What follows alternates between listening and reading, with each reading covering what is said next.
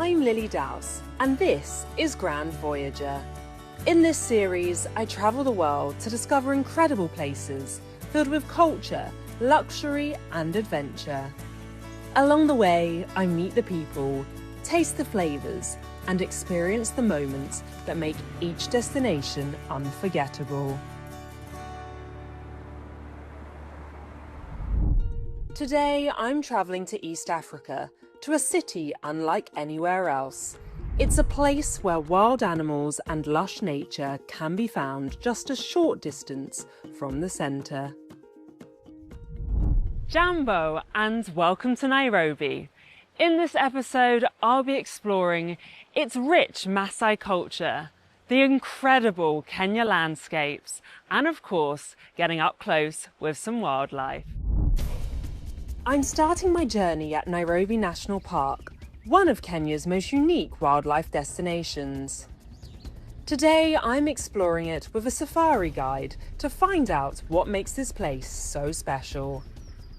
In Nairobi National Park, we've got rhinos, giraffes, lions, zebras, buffaloes, leopards and elephants. That's a lot of animals, yes. And they're all out there roaming around. They can do anything they like. This is their natural home. The park covers more than 100 square kilometres, giving animals space to graze and move around freely.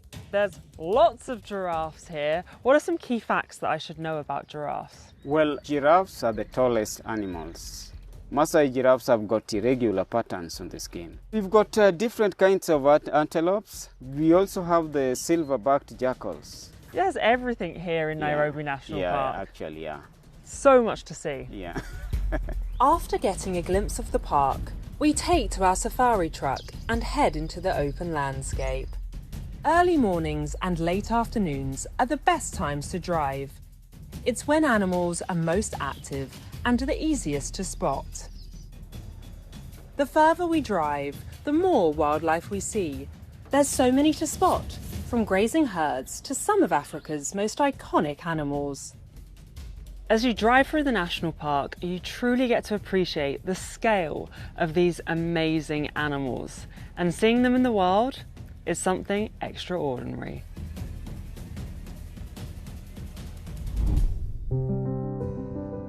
Following an unforgettable drive, we make our way to Ololo Lodge, where I'll be staying during my time in Nairobi. I'm meeting one of the owners to learn more about its story. Welcome to Ololo. This is my family-owned and run lodge. We're right on the edge of the park, so it's pretty unique. You can come straight from the airport and within half an hour be with the animals and giraffes and rhino and lion. So yes, we're pretty lucky. After meeting Jim, I take some time to explore the lodge on my own. Surrounded by nature, it's a calm and peaceful escape from city life. Once an old Kenyan home, the lodge was renovated and extended. Each room has its own character, giving it a personal feel. The lodge also has a working farm, where food is grown and produced for the on-site restaurant. So here we are on the farm, surrounded by different animals, your livestock. Let's start with the chickens. How many chickens are there? We've got a few thousand chicken, actually. So both for eggs and for meat. And then, of course, you have the dairy cows. The dairy cows for our milk, our yogurt, our butter. We have all of the vegetables and fruits, our mushroom house. So we try and grow as much as we can. The farm is just a small walk from the lodge and is full of free-ranging animals. Now that I've seen where some of the restaurant's ingredients come from, it's time to taste them. Here you go, from our paddock to your plate. Enjoy. Thank you, this looks delicious. The food here really does taste as good as it looks, and I'm excited to find out what else Kenya has to offer.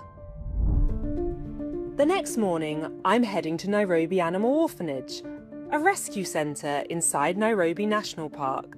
I'm meeting one of the senior wardens to find out more. The main aim of starting the orphanage was to take care of the animals that are sick, the injured, and the orphaned that are found in the wild. Here we create an avenue for animals to thrive. It is like a rescue centre.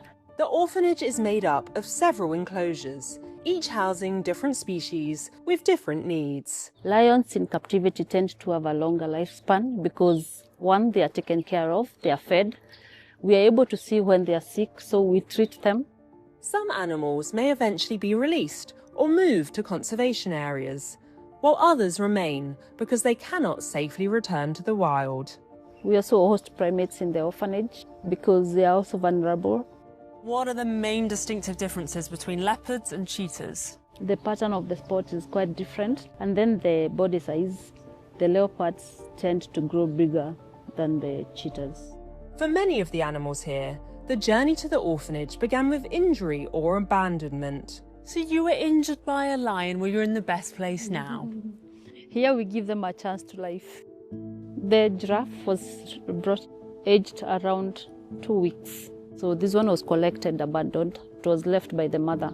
Giraffes are my favourite animals, so getting the chance to feed this young calf is a special moment.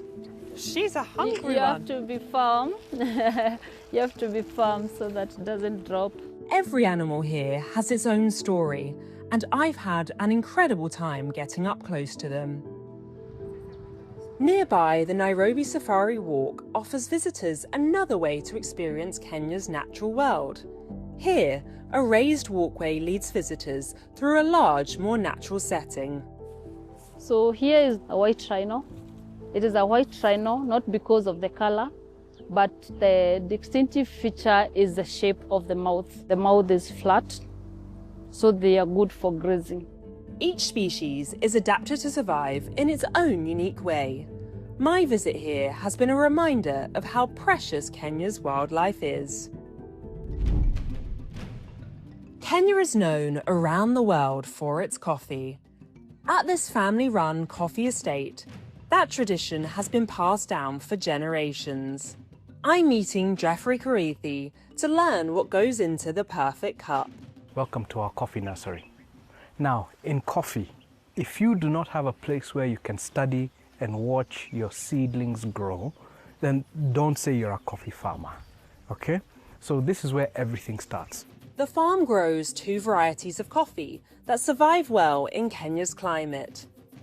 And how long do these amazing plants take to become actual coffee trees? This will now take 3 months. The seedlings eventually move to the fields, where it takes 5 years for them to produce quality cherries for harvest. In Kenya, we have 2 harvest periods. We have April to June, and then we have October to mid-December. It takes 6 months for a cherry to fully develop. This family farm has close to 150 trees, and each one is monitored to keep it healthy.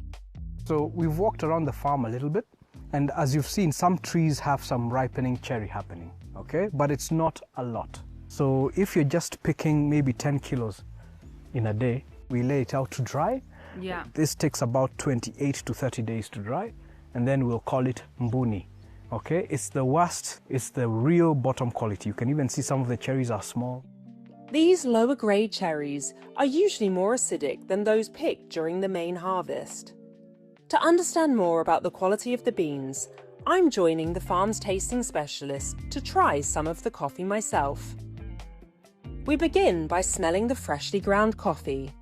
The tip of our tongue is where we taste the sweetness of coffee. Then the side of our tongue is where we taste the acidity level. Then the back of our tongue is where you taste the bitterness of your coffee. Coffee tasting helps the team decide whether the batch is ready for approval.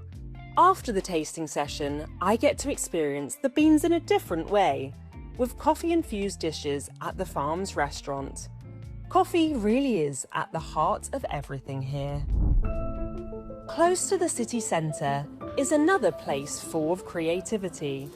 A workshop where clay is transformed into Masai-inspired jewellery. I'm meeting one of the local artisans to find out more.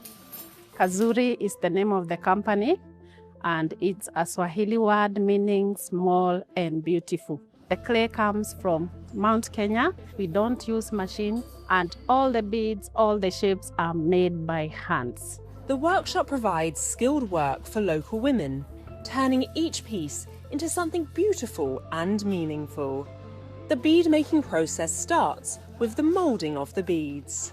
After making the beads are fired for 8 hours. Now the ladies start putting the beautiful patterns, the gorgeous colors, and when they are working on the beads, they are very happy. As I'm shown around the different stages of production, I see how much effort and attention to detail go into each piece. And I even get to try some of the finished designs myself. Beautiful. See, this is what my outfit was missing all day. After touring the workshop, it's time to get hands-on. And I start by choosing my beads. Okay, this is where I get creative, right? Yeah, you need to be creative. These are so gorgeous. Yeah. We arrange the beads into a bracelet design and add the string that holds it all together.